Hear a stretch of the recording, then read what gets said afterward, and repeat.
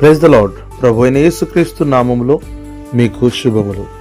ఈ దిన వాగ్దానము, యెహోవా జరిగించు ఈ గొప్ప కార్యమును కనిపెట్టుడి. మొదటి సమూయేలు గ్రంథం 12వ అధ్యాయం 16వ వచనం.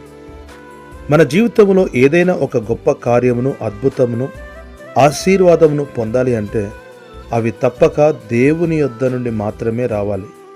వాటిని ఆయన మాత్రమే చేయగలడు. కనుక కావలివాడు ఉదయం కొరకు కనిపెట్టు కంటే ఎక్కువగా మనము ఆయన కొరకు కనిపెట్టుకొనవలను. తమ కొరకు రాజు కావాలనని నాడు ఇశ్రాయేలీలు సమూయేలును అడిగిన సందర్భంలో ఈ మాట చెప్పబడినది.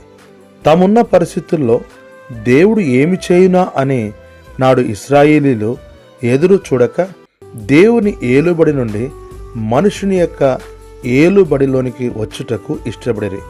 నేడు మనమును వారి వలె గొప్ప కార్యముల కొరకు ఆశపడి మనుషుల వెంబడి వెళ్ళువారమై ఉందుము.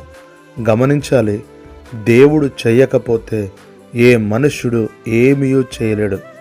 నీ సహాయం ప్రభువే కనుక ఆయనపై మాత్రమే దృష్టి నిలుపు. ఆయన చేయు గొప్ప కార్యము కొరకై కనిపెట్టుకొనుము.